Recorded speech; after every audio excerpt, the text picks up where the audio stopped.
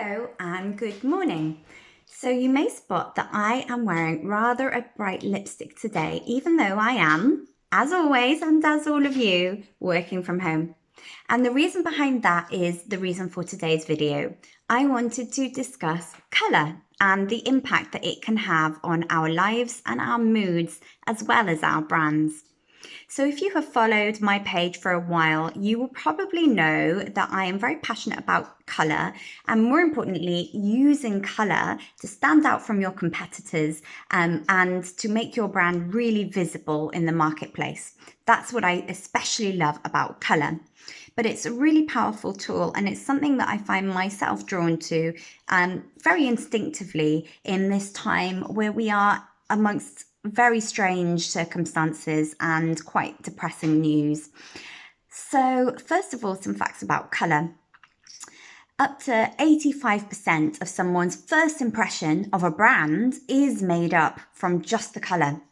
So before your brain has even read the word or seen the shape that your logo is, it has seen the colour and made an association. And that is because the brain reads colour 60,000 times faster than it reads words. So it's quite a powerful and quite an instinctive thing. The message goes very quickly and there's not a whole lot you can do about that. And that is the root of why I think colour is wonderful, but also why I believe it is subjective. So while I talk a lot about colour, and colour psychology does reference my work, I am not completely loyal to the traits in colour psychology. And that is because I believe that obviously everyone has their own history, their own associations. And so we bring those to the table when we view things. I had this example just this week actually with a client, and we presented some colours that would work really well for her brand, but they were vetoed immediately because those colours just held a bad association for the client. And so even though they were good for the brief, they were something she wouldn't feel comfortable having for her brand.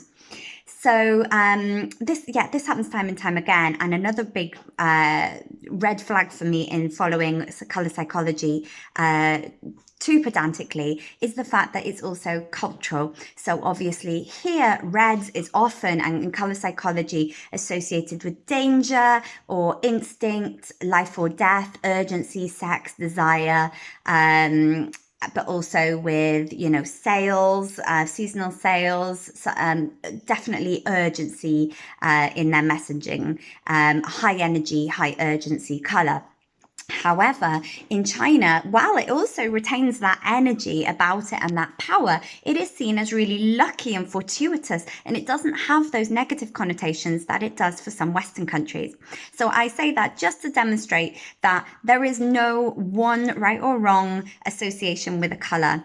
And today I actually, like many of us working from home, I wear what's pragmatic. It's cold in, you're going to wear layers. But today I did think I'll bring a little bit of joy with my brightly coloured t-shirt and my lipstick. And I notice it does have an impact. So one of the things I want to share with you is just some of the top colours that you can maybe seek out in your wardrobe. Challenge yourself to wear them in your makeup, in your clothing, or maybe if you are able to do any DIY in your home, to turn to those colours at this time and what they might bring you. So first of all, colours that I'm wearing today are orange and pink. So I particularly love these colours. They're very current, especially hot pink with orange, because I love a colour clash. And actually a colour clash is where I'll start, because using multiple colours together is the most stimulating thing you can do. So if you are feeling sluggish, if you have some bright colours in your wardrobe and you can clash them together, or some bright prints, then that will probably energize you more than you expect. So, I challenge you to try that. It's certainly a good thing. Or even buying yourself a really beautiful, brightly coloured notebook and pen could really help lift your mood as you go into day-to-day work. So orange is often associated with high energy. Negatively, it can be associated with ADHD and hyperactivity. Positively, it can be attributed, it can be associated with creativity. It's also a very warm color. It's very near red on the spectrum, but the inclusion of yellow does soften it, and it comes across more warm and caring rather than abrasive like red, but it is very high energy. And of course, it's a gradient, so you can go right through from a very vibrant, deep orange to a peach tone, which again is going to give you more of that sense of nurturing warmth. And that's because peach is right next to pink, which is a color which definitely signifies softness, sexuality, femininity, playfulness. It's generally a color that we see for the lighter things in life, not the most serious. Of course, there are exceptions to all of these, but if you think about the very popular millennial pink, that's a very soft, almost calming pink because it's near a neutral. It's a pastel tone, so it's very soft and nurturing and gentle.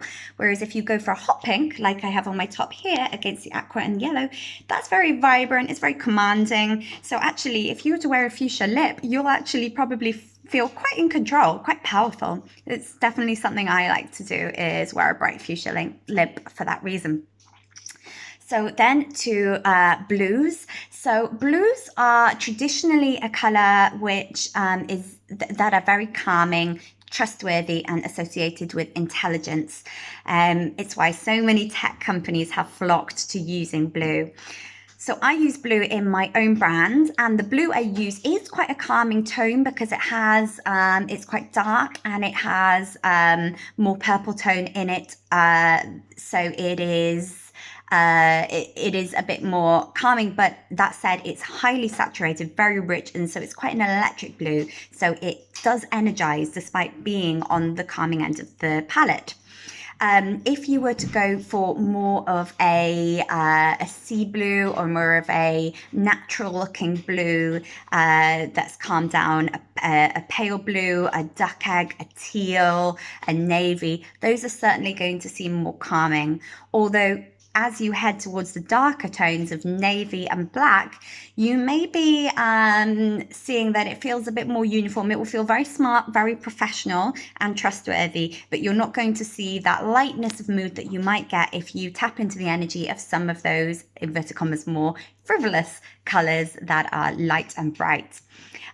For green, it's very similar. So green is associated with being calming, and so at this time, it may be that actually if your interior is mainly neutral or white and grey, which again tends to be calming colours, you may want to actually pull out some forest green accents or some blue in there in order to create a little bit more calm in your space, and to leave it feeling less bland.